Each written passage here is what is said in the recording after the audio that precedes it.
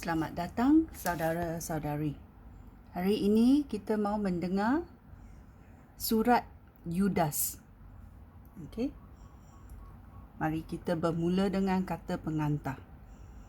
Surat Yudas ditulis untuk memperingatkan para pembacanya supaya berwaspada terhadap guru-guru palsu yang mengakui sebagai orang yang percaya kepada Kristus. Dalam surat yang singkat ini, yang kandungannya hampir sama dengan surat Petrus yang kedua. Penulisnya menggalakkan para pembaca supaya terus berjuang untuk iman yang telah diberikan oleh Allah sekali sahaja kepada umatnya untuk selama-lamanya. Mari kita bermula. Surat ini daripada Yudas, hamba Yesus Kristus dan saudara Yakobus.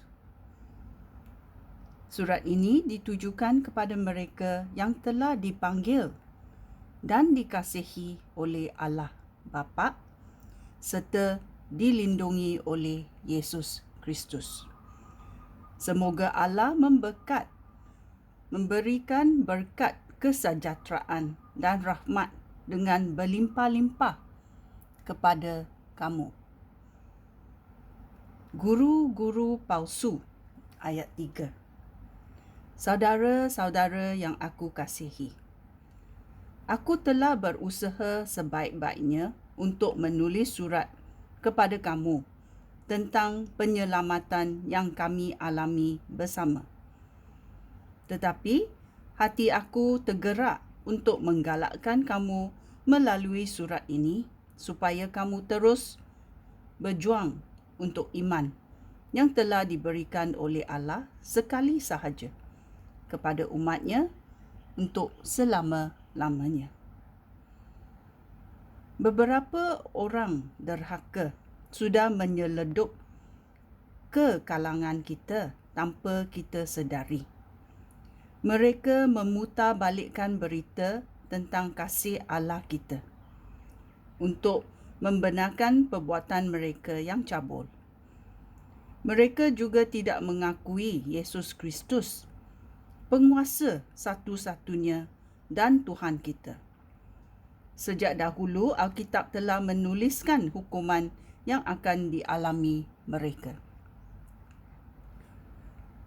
Meskipun kami mengetahui semua perkara itu, aku hendak mengingatkan kamu bagaimana Tuhan menyelamatkan umat Israel dari negeri Mesir. Tetapi kemudian dia membinasakan mereka yang tidak percaya. Ingatlah akan malaikat-malaikat yang melampaui batas kekuasaan yang telah diberi oleh Allah, sehingga meninggalkan tempat kediaman mereka. Allah membelenggu malaikat-malaikat itu dengan rantai abadi di tempat yang gelap di bawah bumi. Allah menahan mereka di situ sehingga hari kiamat apabila mereka akan dihukum. Penduduk kota Sodom, Gomora dan bandar-bandar di sekitarnya berbuat seperti malaikat-malaikat tersebut. Orang di situ melakukan perbuatan cabul dan lucah. Kota-kota itu dan penduduknya dimusnahkan oleh api yang kekal. Hukuman itu dijadikan amaran bagi semua orang. Demikian juga, semua orang derhaka itu berhayal, dan hayalan itu menyebabkan mereka berdosa terhadap tubuh sendiri. Mereka menghina kuasa Allah dan mencaci makhluk-makhluk mulia di syurga. Ketua malaikat, Michael, tidak pernah berbuat demikian. Semasa dia bertengkar dengan iblis tentang siapa yang akan mendapat jenazah Musa, Michael tidak berani mengutuk iblis dengan kata-kata hinaan. Michael hanya berkata, Tuhan menengking kamu.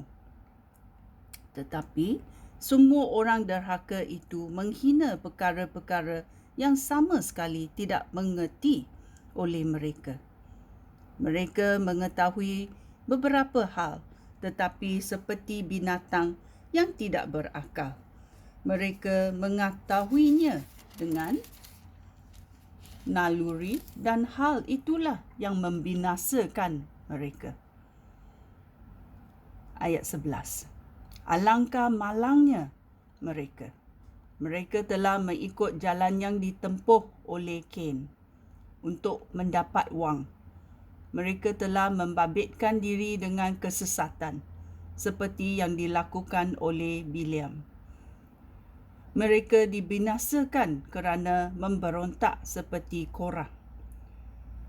Kehadiran mereka mencamarkan perjumpaan makan bersama dengan saudara-saudara seiman, kerana mereka makan dengan rakus dan hanya mementingkan diri sendiri.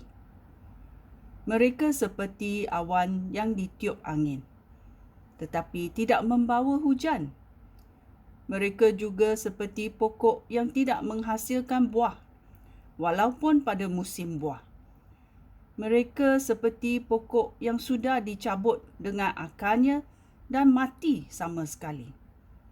Mereka seperti ombak ganas di laut yang membuihkan perbuatan memalukan.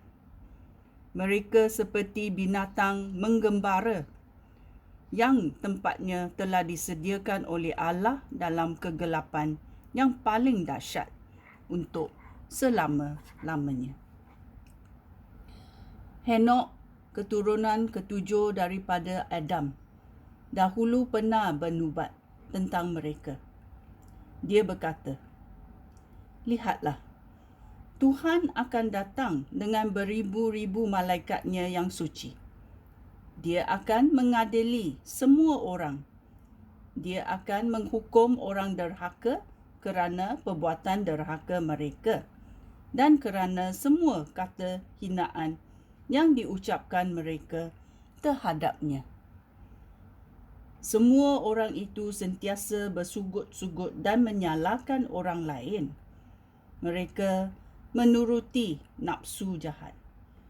Mereka memuji-muji diri sendiri dan mengangkat-angkat orang lain untuk mendapat keuntungan.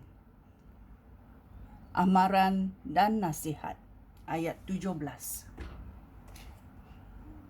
Tetapi saudara-saudara aku, ingatlah akan apa yang dikatakan dahulu oleh rasul-rasul Tuhan kita, Yesus Kristus.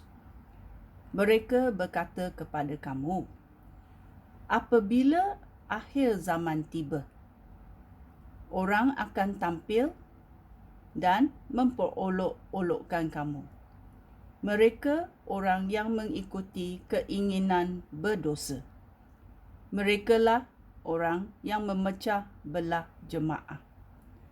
Mereka tidak dipimpin oleh Roh Allah, tetapi dikuasai oleh keinginan mereka sendiri.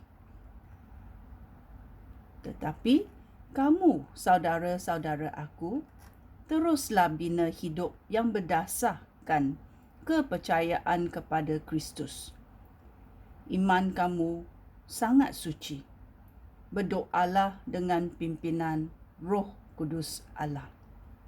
Hendaklah kamu hidup di bawah naungan kasih Allah, sementara menantikan rahmat Tuhan kita, Yesus Kristus, yang akan menganugerahikan kamu hidup sejati dan kekal. Tunjukkanlah belas kasihan kepada orang yang kurang keyakinan. Tariklah orang keluar dari dalam api dan selamatkanlah mereka. Hendaklah kamu menunjukkan belas kasihan kepada orang lain, tetapi berhati-hatilah supaya kamu tidak dicemari oleh keinginan mereka yang menyebabkan orang berdosa. Doa pujian ayat 24. Allah yang dapat menjaga kamu supaya tetap beriman dan yang dapat membawa kamu ke hadirat-Nya yang mulia dengan sukacita dan tanpa cela. Dialah satu-satunya Allah, penyelamatan kita melalui Yesus Kristus, Tuhan kita. Dialah Allah yang mulia, agung, berkuasa dan berwibawa sejak dahulu kala, sehingga sekarang dan selama-lamanya. Amin. Ya, kita mesti tahu fikiran kita boleh terserong, tetapi kita boleh mengaku kesalahan dan balik kepada nuangan Yesus Kristus, penyelamatan kita, supaya kita ada fikiran yang waras yang datang dari Yesus Kristus. Ini adalah sangat penting kerana amaran dan nasihat-Nya untuk membina hidup berdasarkan kepercayaan kepada Kristus, supaya iman kita suci. Berdoalah dengan pimpinan Roh Kudus Allah. Sekian, terima kasih. Shalom.